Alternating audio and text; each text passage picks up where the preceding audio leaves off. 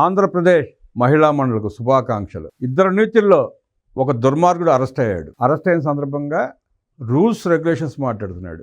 అక్కడ ఉన్నది కూటమి ప్రభుత్వం, ముఖ్యమంత్రి నారా చంద్రబాబు నాయుడు గారు. రూల్స్ ప్రకారమే వెళ్తారు కొమ్మనేని శ్రీనివాస్. రూల్స్ని అతిక్రమించి మీకు మళ్ళీ దారుణంగా వ్యవహరించే పరిస్థితి కూటమి పాలనలో ఉండదు. స్థానిక పోలీసులకు ఇన్ఫర్మేషన్ ఇచ్చి, నీకు నోటీస్ ఇచ్చి, నీకు ఎఫ్ఐఆర్ కాపీ చూపించినాక అరెస్ట్ చేశారు. నువ్వు ఇంకా బొంగుతున్నావు వక్రాక్షి విలేకరులను పెట్టుకుని, నోటీస్ ఇవ్వలేదని. నీకు ఇచ్చింది నోటీస్ కాదా? నీకు చూపించింది నోటీస్ కాదా? ఎందుకు ఇంకా అబద్ధాలు చెప్తున్నావు? ఇప్పటికీ క్షమించమని అడగకుండా బొంకుతూనే ఉన్నావు. 2 రోజుల నుండి ఆంధ్రప్రదేశ్ మహిళల పోరాటం ఫలించి ఒక దుర్మార్గుడు అరెస్ట్ అయ్యాడు.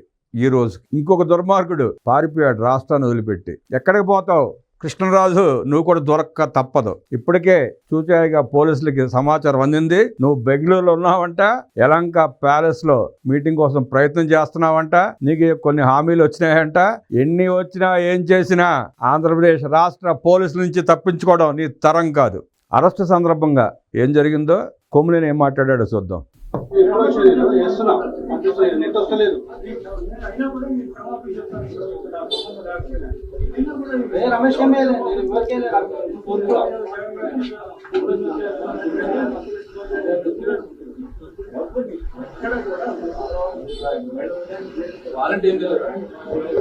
వాగిన లుచ్చా వాగుడంతా వాగి, నేను ఎక్కడ అమరావతి పేరెత్తలేదు, మహిళల పేరెత్తలేదు అంటున్నాడు.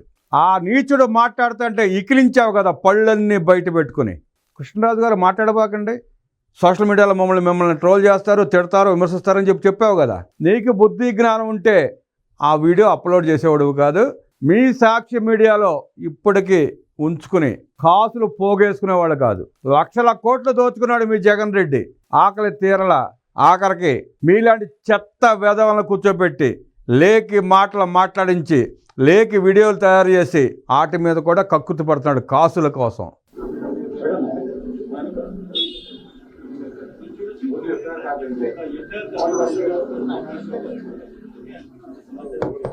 ఓన్లీ ఎఫ్ఐఆర్ కాపీ అని అబద్ధాలు చెప్తున్నాడు. లేదు, నోటీస్ కూడా ఇచ్చారు, నోటీస్ కూడా చూపించారు. స్థానిక పోలీస్ స్టేషన్ ఇన్ఫర్మేషన్ ఇచ్చే అరెస్ట్ చేశారు.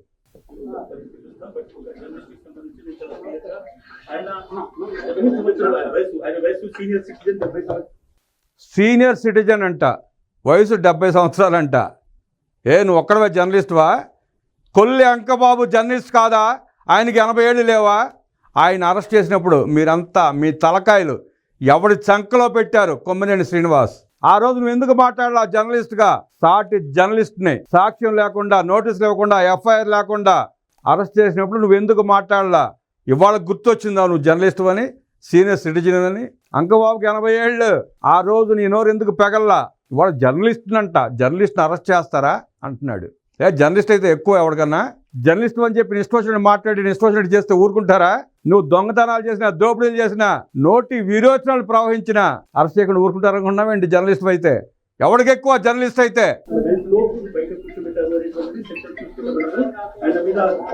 FIR copy Thullur police station లో అమరావతి ప్రాంత మహిళలు ఇచ్చిన కేసు తాలూకా ఎఫ్ఐఆర్ కాపీ. రాష్ట్ర వ్యాప్తంగా సుమారుగా 300 కేసులు ఫైల్ అయ్యాయి. ఇది ఒక కేసు. మీరు అమరావతి ప్రాంత మహిళల్ని కించపరిచారు కాబట్టి అక్కడ ముందు మహిళలు మేల్కొని మీ మీద కేసులు బనాయిస్తే ఆ ఎఫ్ఐఆర్ ద్వారా మిమ్మల్ని అరెస్ట్ చేశారు. ఇవాళ కేసు అయింది ఎక్కడంటే రాయపూడి గ్రామానికి సంబంధించినటువంటి తుళ్ళూరు స్టేషన్ సంబంధించిన కేసు ఇది.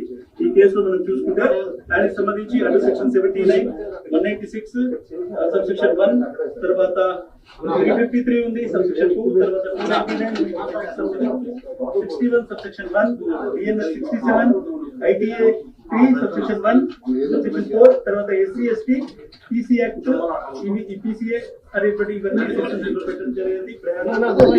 శిరీష అనే ఆమె తుళ్ళూరు పోలీస్ స్టేషన్లో కంప్లైంట్ చేస్తే ST SC యాక్ట్ కింద కొమ్మినేని శ్రీనివాసరావు అరెస్ట్ చేశారు.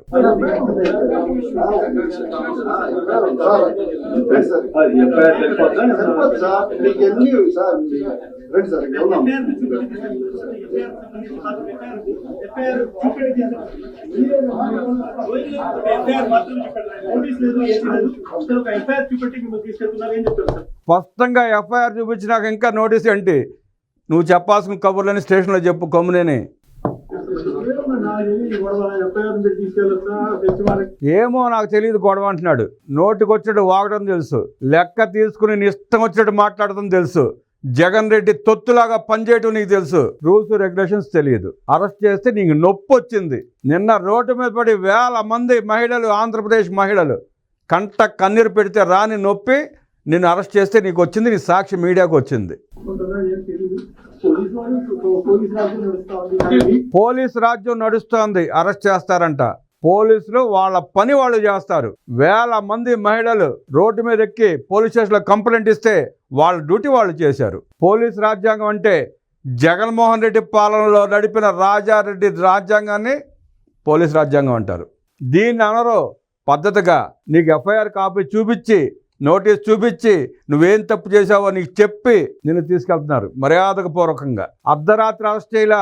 అచ్చెన్నాయుడిని అర్ధరాత్రి ఇప్పుడు అరెస్ట్ చేశారు దారుణంగా. 650 కిలోమీటర్లు ఆపరేషన్ చేసుకున్న మనిషిని మీరు తరలిస్తే ఆయన రక్తం ఓడుతా కూడా మీకు సహకరించాడు. కొల్లు రవీంద్ర గారిని ఎప్పుడు అరెస్ట్ చేశారు? దేవినేని ఉమామహేశ్వరరావు గారిని ఎప్పుడు అరెస్ట్ చేశారు? ఏ సమయంలో అరెస్ట్ చేశారు? మీరు ఏం నోటీసులు ఇచ్చారు వాళ్ళకి? మాజీ ముఖ్యమంత్రిగా ఉన్న ఆనాటి చంద్రబాబు నాయుడు గారిని అర్ధరాత్రి 2 గంటలకి ఎందుకు అరెస్ట్ చేశారు? ఏ నోటీస్ చూపించి అరెస్ట్ చేశారు? ఏం కేసు ఉందని అరెస్ట్ చేశారు? అన్ని దుర్మార్గాలు మీరు చేసి మీకు నోటీస్ ఇవ్వలేదు, పోలీసు రాజ్యాంగం నడుస్తుందని చెప్పి నీతి కబుర్లు చెప్తున్నారు. ఇప్పుడు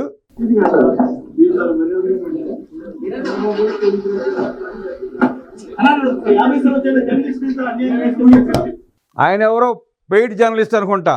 50 సంవత్సరాల జర్నలిస్ట్ని అరెస్ట్ చేస్తారా అంటున్నాడు. ఆ జర్నలిస్ట్కి అంకబాబుని అరెస్ట్ చేసినప్పుడు గుర్తు రాలేదేమో జర్నలిస్ట్ అని. TV5 మూర్తి గారిని అరెస్ట్ చేసినప్పుడు, ఆయన మీద అక్రమంగా కేసులు పెట్టినప్పుడు గుర్తు రాలేదనుకుంటా జర్నలిస్ట్ అని. ఇవాళ జర్నలిస్ట్ అనే వంకతో మాట్లాడుతున్నాడు. మీరే జర్నలిస్టులా? మిగతా వాళ్ళు జర్నలిస్టులు కాదా? ఈ పరిణామం జరుగుతున్నటువంటి దారుణమైనటువంటి సంఘటనలకు ఎక్కడ సాక్షికి సంబంధించి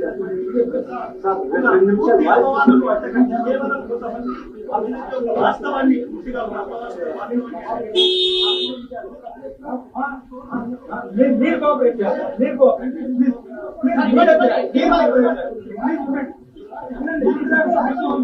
అరెస్టు సందర్భంగా సాక్షి మీడియా సిబ్బంది ఆంధ్రప్రదేశ్ పోలీసుల్ని ఎలా అడ్డగిస్తున్నారో, ఎలా దురుసుగా ప్రవర్తిస్తున్నారో కనపడతా ఉందో చూస్తున్నాం. మీరు జర్నలిస్టులు అని ఫీల్ అయి ఉంటే, నాడు అంకబాబుని అరెస్ట్ చేసినప్పుడు, TV5 మూర్తి మీద కేసులు పెట్టినప్పుడు మీరు రోడ్డు మీదకి వచ్చి అడిగి ఉంటే ఇవాళ మీకు విలువ ఉండేది. మీరు మాట్లాడే మాటలకు విలువ ఉండేది. ఒక రాష్ట్రాన్ని, ఆ రాష్ట్ర రాజధాని ప్రాంతాన్ని అపహాసం చేస్తూ లేకి మాటలు మాట్లాడిన నీచులకు వత్తాసు పలుకుతున్న మీరు జర్నలిస్టులు ఏంటయ్యా అని ఆంధ్రప్రదేశ్ కోడైకి వస్తూ ఉంది.